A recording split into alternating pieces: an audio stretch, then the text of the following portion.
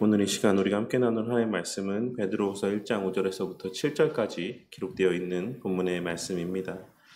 우리는 지난 시간부터 지난 시간이라고 하면 근 한 달 정도 시간이 된 것 같습니다. 지난 시간부터 베드로 전서의 내용에 이어서 이제 베드로 후서의 내용을 함께 살펴보는 가운데 있습니다. 지난 시간에 말씀드렸던 것처럼 시간이 오래돼서 그 내용을 기억하실지 모르겠지만 베드로 전서가 위로와 소망을 견고하게 하기 위한 목적에서의 어떤 위로의 목적에서의 서신서였다라고 한다면 베드로후서는 그 신앙의 내용을 굳건히 하게 하기 위한 목적에서의, 그러니까 다시 말해서 교훈적인 목적을 갖고 기록한 서신서라고 할 수가 있습니다. 그렇게 베드로 사도는 베드로 전서에서는 그러한 위로와 소망의 메시지를 전하고 있는 어떤 자신의 권위를 이제 그들 가운데 강조하기 위해서, 그러니까 내가 지금 하는 이 말이 나의 개인의 말이거나 어떤 인간으로서의 말이 아니라 하나님께서 너희들에게 전하는 하나님의 말씀이다라는 사실을 강조하기 위해 자신의 사도됨을 먼저 언급을 했지만, 베드로후서에서는 자신의 종됨을 먼저 언급함으로 우리의 모든 가르침과 배움이 오직 하나님의 말씀, 좀 더 정확하게 말씀하자면 예수님의 가르치신 그 가르침에 근거해야지만 된다는 사실을 강조하고 있다라고 할 수 있습니다. 왜냐하면 당시 교회 안에 자신의 소견에 오른 대로 바르지 못한 가르침들을 전하는 거짓 선생들이 교회 안에 침투하여 들어오고 있었기 때문입니다. 베드로 사도는 지난 시간 우리가 함께 나눈 말씀 가운데 예수님께서 생명과 경건에 속한 모든 것을 우리에게 주셨다라고 말씀하셨는데, 이에 대해서 제가 설명하면서 이 말씀의 의미는 예수님의 십자가 대속의 사역의 결과로 말미암아 이제 우리에게는 하나님을 알고 또 그리스도께 접붙임 됨으로 참된 생명이 회복되었을 뿐만 아니라 경건에 속한 모든 것, 즉 얼마 전 설교에서 이 경건의 어떤 이 단어, 그러니까 경건의 비밀이라고 이제 우리가 그 단어의 의미를 살폈던 것처럼 하나님을 잘 섬기는 데 있어 필요한 모든 지식 또한 우리에게 주셨다라는 것을 말씀하고 있는 것으로, 우리는 예수님의 성육신 이후에 나타내 보이신 영광스러운 모습과 또한 덕스러운 모습, 즉 예수님의 또 본이 되는 여러 윤리적이고 또 도덕적인 모습들을 통하여서 본래 하나님의 피조물로서의 본질을 회복하게 된 자들이 어떻게 하나님을 경외하고 높이며 영광 돌리는 삶을 살아갈 수 있는지를 예수님의 나타내 보이신 덕스러운 모습을 통해 알 수 있게 되었다라고 말씀드렸던 것을 기억하시는 분도 있을 거라고 생각합니다. 쉽게 말해서 3절 말씀에서의 생명은 영광과 관련된다라고 할 수 있고, 경건은 덕과 연결이 되는 것으로 예수 그리스도를 참으로 아는 자들은 그로 말미암아 생명이 회복되었다라는 사실과 또 그 생명의 영광과 가치를 알게 되고, 또한 그 영광과 가치를 아는 자들은 그 왕 되신 예수님께 기꺼이 순종하며 그가 나타내 보이신 덕스러운 삶의 모습대로, 그 모범대로 윤리적이고 또한 이타적인 삶을 살게 되어 있다라는 사실을 말씀하고 있는 것입니다. 제가 이처럼 지난 시간의 내용들을 좀 길게 설명하고 있는 것은 좀 지난 시간에 나눴던 그 내용이 좀 한참 전에 나누었던 내용이기 때문이기도 하고, 또 오늘 말씀이 지난 시간 우리가 함께 나눈 말씀과의 연장선상에 있는 말씀이기 때문이라고 할 수 있습니다. 그리고 또한 오늘 말씀 가운데 보시면 아시겠지만 지난 시간에 1절부터 4절까지 나누었던 말씀 가운데 등장하는 표현들이 오늘 말씀에도 동일하게 언급되고 있는 것을 확인하실 수 있을 것입니다. 그래서 지난 시간에 나눈 말씀의 의미들을 제대로 이해를 해야지만 오늘 말씀에서의 베드로 사도의 말씀의 의미를 더욱 온전히 이해할 수 있기 때문에 조금 긴 분량을 할애해서 지난 시간에 우리가 나누었던 말씀의 내용들을 좀 리뷰하는 시간들을 가졌습니다. 이제 지난 시간의 내용을 이제 다시 한번 확실하게 좀 정리하자면, 그렇게 예수 그리스도를 바르게 아는 자들은 어떤 사람들이 말하는 것처럼 지극히 현세적이고 어떤 쾌락적인 삶을 살거나 혹은 세상 속에서의 삶과 세상의 즐거움을 등지고 고립되고 구별된 어떤 금욕주의적인 삶을 살지 않고 새 하늘과 새 땅을 소망하며 그 어떤 힘듦과 어려움 속에서도 주어진 삶의 여건 가운데 만족하고 감사하며, 좀 더 신학적으로 이야기하자면 이미 임한 새 하늘과 새 땅의 복을 누리고 만끽하며, 예수님께서 그러하신 것처럼 세상 속에서의 그 개개인 가운데 임한 하나님 나라의 그 실체를 그 삶의 현실적인 모습을 통하여서 이타적이고 또 도덕적이고 윤리적인 삶을 나타내 보임을 통하여서 그것을 증거하는 삶을 살게 되어 있고, 또한 그러한 삶을 살기 위해 또 애쓰는 모습을 나타내 보이게 되어 있다라고 지난 시간 가운데 베드로 사도가 말씀했다라고 할 수가 있는 것입니다. 그리고 이제 오늘 우리가 함께 읽은 말씀의 내용을 이제 이어서 말씀하고 있는데, 베드로 사도는 신성한 성품에 참여하는 자가 되게 하신 자들에게 나타나게 하시는 실제적인 삶의 변화의 모습에 대하여서 구체적으로 이제 이야기를 하고 있습니다. 그런데 여기서 우리가 한 가지 주의해서 보아야 될 표현은 너희가 더욱 힘써 행하라 라고 말씀하고 있다라는 것입니다. 우리가 잘 알고 있는 것처럼 우리가 받아 누리는 구원의 은혜도 전적인 하나님의 은혜인 것이고, 또한 우리의 성화도 하나님의 전적인 은혜인 것이긴 하지만, 우리는 베드로 사도의 이와 같은 강조를 통하여서 우리의 성화는, 그러니까 우리가 점점 더 거룩하여져 가고 세상과 구별되어져 가고 그리스도를 닮아간다라고 하는 것은 우리의 의지가 완전하게 배제된 하나님 편에서의 단독적인 사역이 아닌 우리의 의지 가운데 행하시는 협력적인 사역이라고 하는 사실을 이러한 말씀의 내용을 통해 발견하고 깨달을 수 있을 것입니다. 이에 대해서 도르트 신조 셋째, 넷째 교리에 관한 14조의 고백에서는 지난번에도 제가 이 내용을 언급한 적이 있었는데, 다음과 같은 내용들이 고백되어지고 있습니다. 믿음이 하나님의 선물이라는 의미는 하나님께서 사람으로 하여금 소원을 갖고 행하게 하시며, 모든 사람 안에서 모든 것을 이루시는 하나님이 사람에게 믿으려는 의지와 믿는 행위 모두 일으키신다라는 의미에서 하나님의 선물이라고 할 수 있습니다. 이 말씀의 내용을 보시면 알 수 있겠지만, 사람에게 믿으려는 의지를 주시고 또한 믿는 행위와 관계된 그 모든 은혜들을 하나님 편에서 우리에게 부어주시는 것이다라고 말씀하고 있는 것입니다. 그리고 이어지는 이제 16조에서는 그와 같은 과정 속에서의 사람의 의지에 대해서 고백을 하고 있습니다. 사람이 타락했다라고 해서 지성과 의지까지 사라진 것은 아니며, 죄가 온 인류에 퍼졌다라고 해서 인류의 본성까지 없어진 것은 아닙니다. 그러나 죄는 본성을 부패시키고 영적 죽음을 초래했습니다. 마찬가지로 이 중생의 은혜, 거듭남의 은혜는 사람을 나무 조각이나 돌덩이처럼 다루는 것이 아니고 사람의 의지와 의지의 특성을 없애지도 않으며 꺼리는 의지를 강제하지도 않습니다. 오히려 의지를 영적으로 살리고 치료하고 교정하고 감미로우면서도 동시에 강력하게 복종하도록 합니다. 그래서 전에는 육적인 반역과 저항이 다스리던 곳을 자발적이고 진심 어린 영적인 순종이 다스리기 시작합니다. 여기에 우리 의지에 참되고 영적인 회복과 자유가 있습니다. 따라서 만약 모든 선한 일에 경이로운 조성자가 우리 안에 역사하시지 않았다면 바르게 서 있다가도 멸망에 곤두박질한 사람이 자유의지로 타락해서 일어설 아무런 소망도 갖지 못했을 것입니다. 라고 이렇게 고백을 하고 있습니다. 물론 이 내용들을 세세하게 다 이 시간 설명할 수는 없지만 요지만 몇 가지 말씀드리자면, 우리의 의지라고 하는 것이 우리의 삶 가운데 완전하게 배제되지 않는다라는 것입니다. 하나님께서 우리의 의지를 배제하시고 우리를 흔히 우리가 자주 비유하는 것처럼 로봇이나 어떤 꼭두각시와 같이 그렇게 우리를 조정하셔서 하나님의 선한 일들을 하게 하시거나, 혹은 그 전에 우리의 어떤 죄 범함에 있어서의 어떤 그러한 강제적인 우리의 밖에서의 역사가 없는 것처럼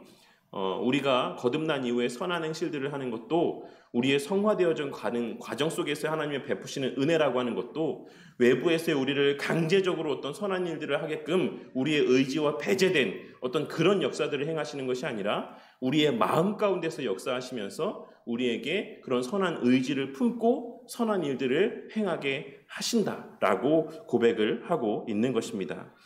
우리는 이러한 신앙 고백의 내용과 오늘 말씀에서의 베드로 사도가 권면하고 있는 바인 너희가 이와 같은 일에 더욱 힘쓰라 라고 하는 이러한 말씀의 내용들을 통하여 우리 안에 허락하신 생명은 반드시 우리의 의지에 영향을 미치게 되어 있고 또 그 선한 의지가 은혜의 방편들을 통하여서 말씀과 또 기도, 성례와 같은 은혜의 방편들을 통해 자라가고 견고해져 가며 우리의 삶 속에서의 실제적인 덕스러운 모습들을 나타나게 하고 우리의 그와 같은 그리스도를 닮아가는 모습들을 통해 주의 몸된 교회는 더욱 아름다워져 가고 그 영광을 드러내는 공동체가 되어가는 것이다라고 할 수 있는 것입니다.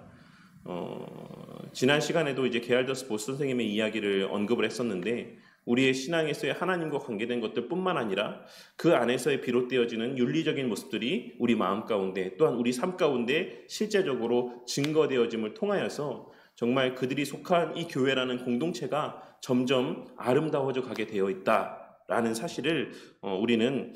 이러한 가르침과 교훈들을 통해 발견할 수 있어야지만 된다는 것입니다. 그리고 우리는 이를 개인적인 성화와 공동체적 성화라고 이야기하는 것입니다. 그런데 그러한 믿음의 결과로서의 덕스러운 삶의 모습에 있어 우리가 주의하고 분별해야지만 될 모습들이 있는데 오늘 말씀은 바로 그에 대한 말씀이라고 할 수가 있습니다. 무슨 말이냐면 덕스러운 모습. 그러니까 여기서의 덕스럽다라는 것은 제가 계속해서 무엇과 교차적으로 사용하고 있는지를 이제 인지하신 분도 있겠지만 이 본문 말씀에서의 덕스럽다라고 번역된 표현은 윤리적이고 도덕적인 면에서의 어떤 선한 행실들을 나타내고 있는 의미의 표현입니다. 그런 측면에서 이러한 덕스러운 모습, 그러니까 윤리적이고 도덕적인 삶의 모습이라고 하는 것은 그 동기와 목적이 바르고 하나님으로부터 말미암는 어떤 믿음의 열매로서의 그러한 선한 행실들, 윤리적이고 또한 도덕적인 바른 어떤 삶의 모습도 있을 수 있지만 또한 동시에 겉으로 비춰지기에는 너무나도 윤리적이고 도덕적인 삶의 모습이지만 그 의도와 목적, 동기에 있어서는 하나님께서 말씀하신 바와 거리가 먼 그리고 성령의 열매로서의 어떤 윤리적이고 도덕적인 모습과는 좀 거리가 먼 내 개인적인 영화와 어떤 영광과 자신의 드러냄을 목적으로 한 혹은 다른 어떤 것을 어떤 성취하기 위한 목적에서의 수단적인 윤리적이고 도덕적인 모습도 있을 수 있다라고 할 수가 있기 때문에 베드로 사도는 오늘 말씀에서 이러한 가르침을 전하고 있는 것이다라고 할 수가 있는 것입니다. 그렇다면 베드로 사도는 오늘 말씀에서 무엇을 말씀하고 있습니까? 먼저 앞서 믿음과 덕에 대해서는 계속해서 말씀을 드렸으니까 믿음에는 반드시 덕스러운 모습이 있어야지만 된다. 이게 무슨 말이라고 말씀드렸습니까? 믿음에는 반드시 윤리적인 모습이 나타나야지만 된다. 이에 대해서 게알더스 보스 목사님은 윤리가 종교, 신앙은 아니지만 신앙 가운데는 반드시 윤리적인 모습이 따라올 수밖에 없다라고 말씀하셨던 내용, 그리고 그 내용들을 다 구약 말씀에서의 하나님께서 말씀하신 그 모든 가르침과 교훈과 명령들 가운데서 도출해내고 있는 것처럼 오늘 말씀에서도 베드로 사도는 믿음에는 반드시 덕스러운 모습이 함께 해야지만 된다라는 것을 이제 말씀을 하고 있는 겁니다. 이제 그리고 나서 이어지는 말씀 가운데서 이제 그와 같은 윤리적이고 도덕적인 어떤 면에서의 이타적인 삶의 모습과 관계된 이어지는 여러 가지 말씀들을 증거하고 있는 것입니다. 베드로 사도는 가장 첫 번째로 무엇을 언급하고 있냐면 그와 같은 윤리적이고 도덕적인 면에서의 이타적인 삶의 모습이라고 하는 것은 반드시 참된 지식에 기반해야지만 된다라고 말씀을 하고 있습니다. 즉 베드로 사도는 모든 인간에게 흔적으로 남아있는 일반 은총으로서의 도덕적이고 윤리적인 모습이 아닌 그 기원과 동기와 목적을 분명하게 알고 행하는 윤리적인 삶, 그리스도께서 행하신 본으로서의 삶을 요구하고 있다라고 할 수 있는 것입니다. 쉽게 말해서 우리가 길을 가다가 교회 다니지 않는 사람도, 하나님을 알지 못하는 사람들도, 곤경에 처하고 어려움 가운데 있는 사람들을 보면 그 마음에서 이렇게 솟아나는 일반 은총으로서의 모든 사람에게 공통적으로 그 흔적으로 남아있는 어떤 선한 모습들, 어떤 선한 행실들, 선한 욕구들이 이제 발현되어지기 마련입니다. 그래서 때로는 자선도 행하고 긍휼의 손길들을 내미기도 하는 것이죠. 그런데 베드로 사도가 지금 말씀하고 있는 그리스도인에게 요구하고 있는 그 자비와 긍휼, 그 윤리적인 삶의 모습이라고 하는 것은 그와 같이 예수 믿지 않는 사람들도 행하는, 우리가 윤리 시간에 배우고 학교에서 도덕 시간에 배웠던 어떤 그런 정도의 수준에서의 윤리적이고 도덕적인 삶을 이야기하고 있는 것이 아니라 그리스도께서 행하신 본으로 나타내 보이신 그와 같은 정도의 분명한 깨달음과 그 확신이 있는 그러한 윤리적인 그리스도인으로서의 삶의 모습을 나타내 보여야지만 된다라고 말씀하고 있는 것입니다. 그리고 이는 좀 더 우리의 삶 가운데 직접적으로 예를 들어서 설명을 드리자면, 내가 좀 더 남들보다 많이 갖고 있으니까, 내가 남들보다 조금 더 넉넉하니까, 형편이 좋으니까, 그래, 이 정도 좀 나눠야겠다. 연말에 정말 그래, 내가 올 한 해 많은 어떤 물질적인 좀 부요함의 은혜가 있었으니까 내가 또 이런 받은 은혜들을 좀 다른 사람들하고도 나눠야겠다. 어떤 이런 정도와 이런 정도의 수준과 차원에서의 어떤 나눔이나 어떤 섬김의 어떤 모습들을 말씀하고 있는 것이 아닌, 예수님께서 말씀하셨던 것처럼, 또 예수님께서 친히 그 삶을 통해 나타내 보여주셨던 것처럼 그 자신의 전부를 다 내어주고 더 나아가 희생적인 섬김의 모습들을 나타내 보이셨던 모습과 같이 우리가 복음의 빚진 자들인 것을 깨닫고 그 주어진 삶의 여건을 설령 손해가 된다라고 할지라도 그 삶에서의 희생적인 섬김과 헌신의 삶을 살아갈 것을 말씀하고 있다라고 할 수가 있는 것입니다. 그러한 말씀, 그러한 요구가 너희들에게 먼저 그러한 지식이 있어야지만 된다. 우리의 덕스러운 삶이 어떤 삶인지, 그리스도께서 요구하시고 하나님 나라 백성들에게 요구되어지는 덕스러운 삶의 모습이 어떠한 정도고 어떠한 수준의 모습인지를 너희들은 말씀을 통해, 그리스도를 통해 알고 그 덕스러운 삶을 살기 위해 애써야지만 된다라고 말씀하고 있는 것입니다. 그렇기에 베드로 사도는 또한 그러한 섬김의 삶을 살 것을 말씀하며 이어서 절제에 대해서 말씀하고 있는 것을 알 수가 있습니다. 선을 행하기 위한 목적에서의 지식에 있어 무엇보다 절제를 깨달을 수 있어야지만 된다라고 말씀하고 있는 것입니다. 이는 그와 같은 선을 행하게 하시는 목적이 무엇인가를 잊어버리지 말 것을 말씀하고 있는 것입니다. 내가 왜 너희에게 그와 같은 희생적인 사랑을 나타내 보였는지를 잊지 말아라. 결국 그 궁극의 목적이 무엇이었는지를 잊지 말아라. 그 사랑을 나타내 보이는 것 그 자체가 목적이 아니라 그 사랑을 통해서 이루고자 했던 궁극의 목적이 무엇인지를 잊지 말라는 말씀의 측면에서 절제에 대한 것을 말씀하고 있는 것입니다. 무슨 말이냐면, 좀 더 쉽게 설명드리자면, 내 편에서의 선을 행한다라고 하는 미명하에, 내 편에서의 하나님 말씀대로 순종한다라고 하는 그런 미명하에 상대방의 상황을 고려하지도 않고 일방적인 섬김의 어떤 선한 삶을 나타내 보이기 위한 그런 일방적인 헌신과 섬김의 모습을 나타내 보이지 말 것을 말씀하고 있는 것입니다. 우리가 일반적으로 이야기하는 것처럼 어떤 그 사람의 상황과 형편이 있음에도 불구하고 하나님께서, 예수님께서 이렇게 말씀하셨으니까, 베풀라고 말씀하셨으니까, 나누라고 말씀하셨으니까, 그냥 어떤 상황도 고려하지 않고 내 상황에서의 그와 같은 것만 주목하며 억지로 어떤 물질적인 섬김을 한다든지 어떤 상황과 어떤 형편들을 고려하지 않는 일방적인 어떤 선을 베푸는 행위들을 하지 말 것을 말씀하고 있는 것입니다. 왜냐하면 그와 같은 선의 베품의 목적이라고 하는 것은, 궁극의 목적이라고 하는 것은 그냥 그 선을 베푸는 데 있는 것이 아니라 뒤편에 이제 뒷부분에 베드로 사도가 말씀하고 있는 것처럼 결국에는 형제를 사랑하고 이웃을 사랑함을 통하여서 그들이 하나님의 사랑을 깨닫고 하나님께로 돌아오게 되고 회복되는 것이 궁극의 목적이기 때문에 그 선을 행하고 사랑을 나타내 보임에 있어서도, 이런 덕스러운 모습을 나타내 보임에 있어서도 그것을 언제나 절제할 줄 아는, 조절할 줄 아는 그와 같은 마음 가운데 선을 행하는 삶을 살아갈 것을 말씀하고 있는 것입니다. 그리고 그와 같은 절제라고 하는 것은 일시적인 것이 되어서는 안 되고 때로는 오랜 시간의 인내를 요할 수도 있다라는 사실을 명심하라고 말씀하며 그 인내의 동기는 경건, 즉 그것이 바로 하나님을 바르게 섬기고 경외하는 모습이기 때문이라고 말씀하고 있는 것입니다.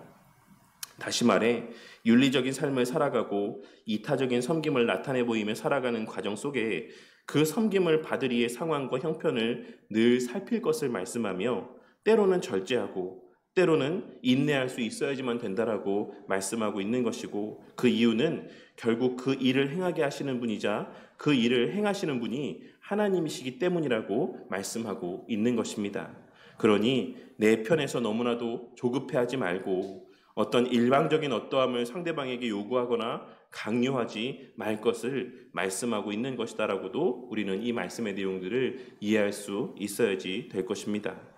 그것이 아무리 선하고 좋은 것이라 할지라도 그가 하나님의 택하신 자라면 그 행하는 일들이 아무리 선하고 좋은 것이라고 할지라도 그가 하나님의 택하신 자라고 한다면 하나님께서 그 안에서 또한 행하실 때가 있음을 믿고 그 선을 행하고 섬기는 모습 또한 우리는 그 때를 보아가며 상황을 살펴가며 인내하고 기다릴 수 있는 것이 바로 참된 경건의 모습이다라고 베드로 사도는 말씀하고 있는 것입니다.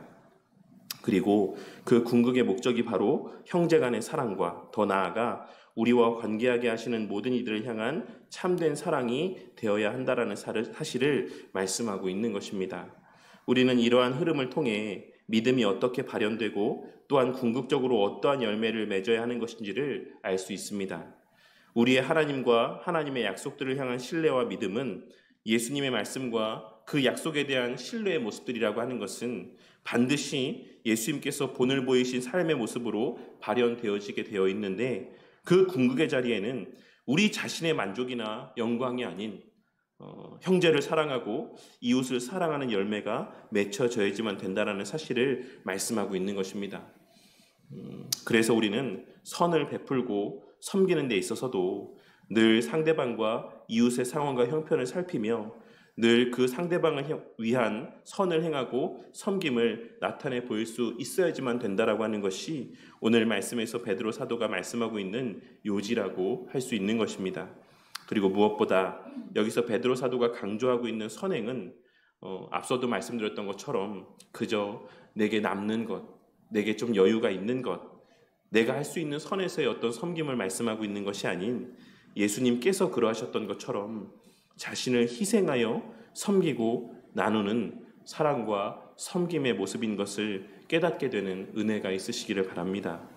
베드로 사도는 그러한 사랑을 먼저 교회 공동체 안에서 함께 나누고 그 사랑이 교회 공동체를 넘어 이웃에게까지 증거되어질 수 있어야지만 된다라는 사실을 말씀하고 있는 것입니다. 오늘 말씀을 통하여서 하나님께서 우리에게 요구하시는 믿음의 행위, 즉 사랑의 모습,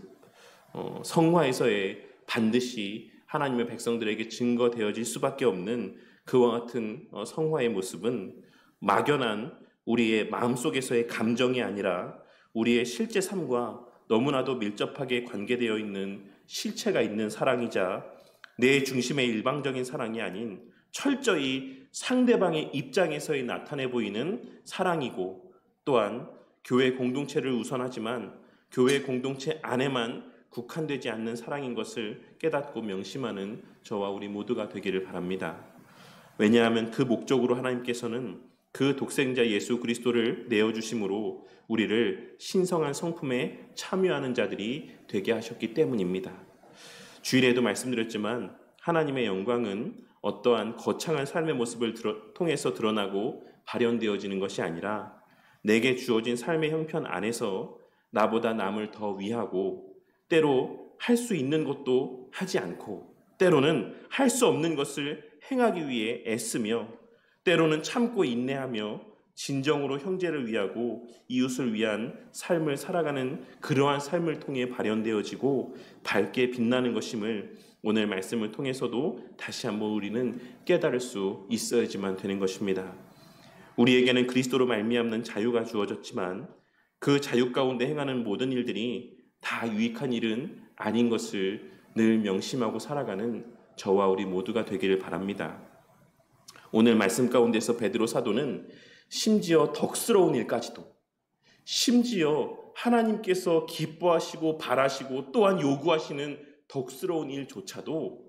때로는 참을 줄 알고 때로는 인내할 수 있어야지만 된다라고 말씀하고 있는 것을 기억하고, 우리가 이제 그리스도 안에서의 참된 자유를 누리며 살아가는 자들이 되었지만 그 자유 가운데 행하는 모든 일들이 다 가하다라고 해서 그 모든 것이 다 상대방에게 유익이 되고 또한 하나님 보시기에 기쁨이 되는 것은 아니다라고 하는 사실을 우리는 오늘 말씀을 통해 반드시 깨달을 수 있어야지만 된다라는 것입니다. 우리는 이제 우리 주 예수 그리스도와 같이 신성한 성품에 참여한 자가 되어 이제 더 이상 나 자신만의 만족을 위해 사는 자들이 아님을 깨닫고, 그리스도께서 그러하셨던 것처럼 늘 내 형제와 자매를 위하고 내 이웃을 향한 삶을 살아가는 자들이 되기를 바랍니다. 내 말이, 내 행동이 과연 그 형제의 삶과 신앙에 유익이 될 것인지,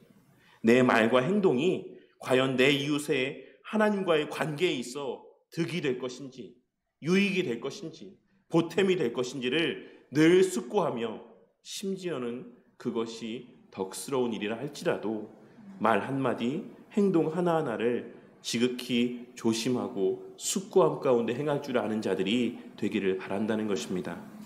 언제나 우리 바른교회 공동체가 하나님의 말씀을 나 자신에게 먼저 적용하며 날마다 그러한 삶의 시간들 속에서 더욱 성숙하여져 가고, 그 결과 우리의 의지 가운데 베푸시는 하나님의 은혜로 말미암는 선하고 덕스러운 행실들을 통하여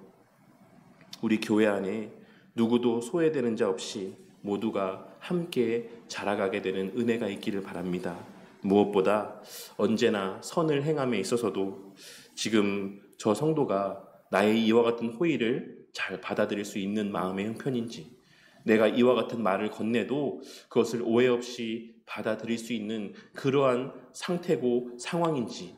언제나 그 이웃과 형제의 형편을, 그 상황들을 먼저 살피고 헤아릴 줄 아는 지혜로운 자들이 되어서 우리의 그와 같은 하나님의 명하신 그 모든 덕스러운 행위들이 오용되지 않고 때로는 악용되지 아니하고 그 본래 명하신 바대로 교회를 세우고 하나님의 영광을 드러내는 그러한 참된 사랑의 덕스러운 행위들이 되기를 주님의 이름으로 간절히 축원합니다.